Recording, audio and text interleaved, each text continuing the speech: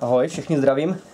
Dneska se trošičku podíváme na to, jakým způsobem se dá zvětšit objem akvária, aniž bychom kupovali nový nebo museli někde nechat dělat. Je to velmi snadný. Mám dvě stejně velké akvária. Pokud jsou stejně vysoký, když by bylo o kousek vyšší, tak by to nevadilo.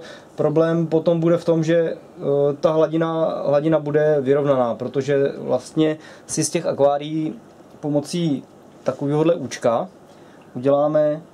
uděláme akvárium jedno, protože to bude fungovat jako spojená nádoba.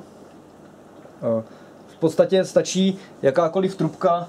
Já jsem se tady vohlil z nějakého starého filtru, dá se použít i lily, jo, když se to takhle uřízne, tak ono potom ve finále to bude taky tvořit tu spojenou nádobu. Proč to udělat?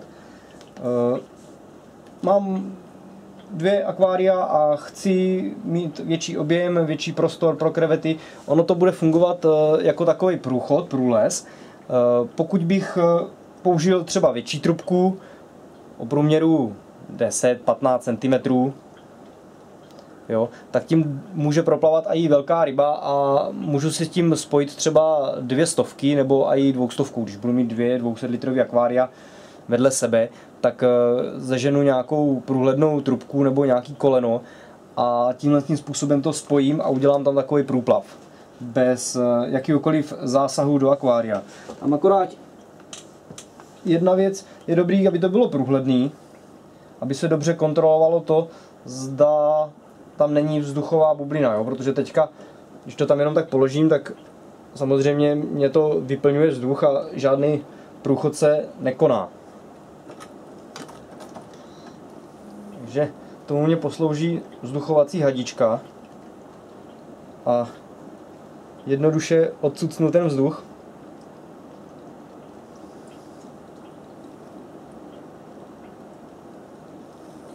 Tak. Momentálně je celá zatopená ta trubka. Takže teďka, když bude krevetka mít chuť, vleze si dovnitř, přeleze sem, tady si může šmejdit, pak může přelez zpátky, dle libosti. Momentálně jsem zvětšil objem z 20 litrů na 40 litrů tohohle akvária. Je hodně důležitý, aby ty akvária měly vlastní filtraci. Protože přes ten průchod, pokud to tam nebudu nějakým způsobem tlačit, tak se nějaký extra proudění odehrávat nebude. Ale pokud, nevím, jestli to utáhne ten bublifuk. No, to neutáhne. Tady bychom zvýšit výkon.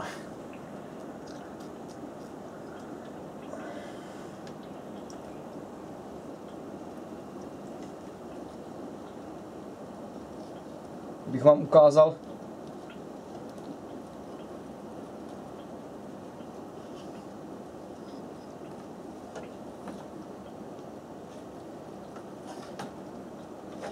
teď to hodím pryč.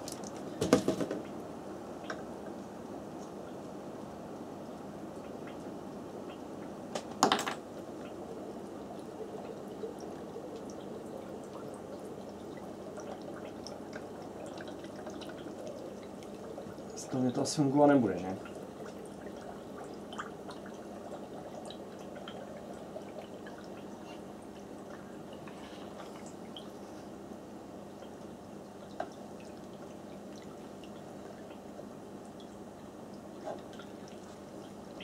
Ono třeba, já to zkusím trochu přiblížit, aby to bylo líp vidět. Takovýmto způsobem.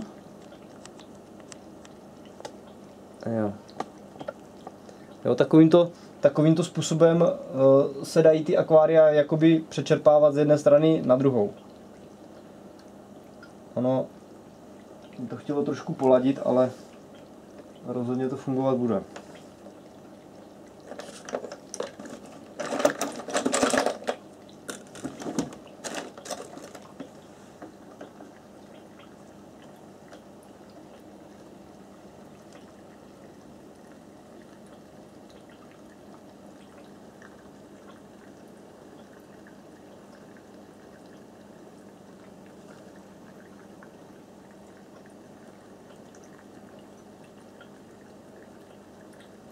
No a díky, že jo, tady ženu vodu a díky tomu průchodu, díky tomu jsem z toho udělal spojený nádobí a ta voda se vrací tudy.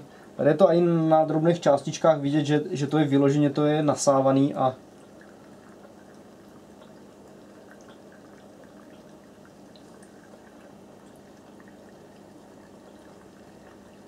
to tam jenom tak držet nebude.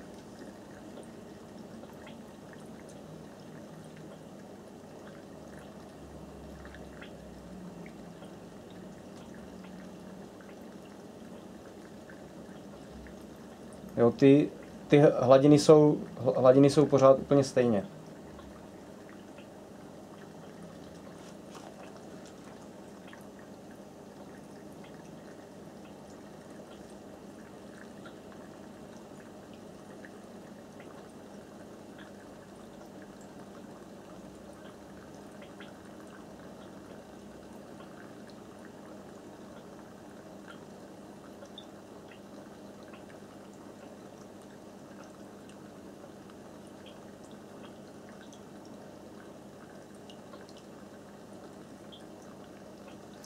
No.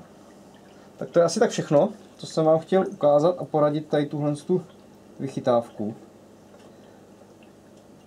Pokud to bude někdo zkoušet, hoďte do komentů odkaz nebo nějaký obrázek, jak jste to třeba vymysleli vy. Třeba vás napadne něco lepšího. Ono přece jenom víc hlav víc ví. A po případě poreferovat zkušenosti. Já už to tady mám nějakou dobu na druhé straně v jedné nádrži a funguje to velmi dobře.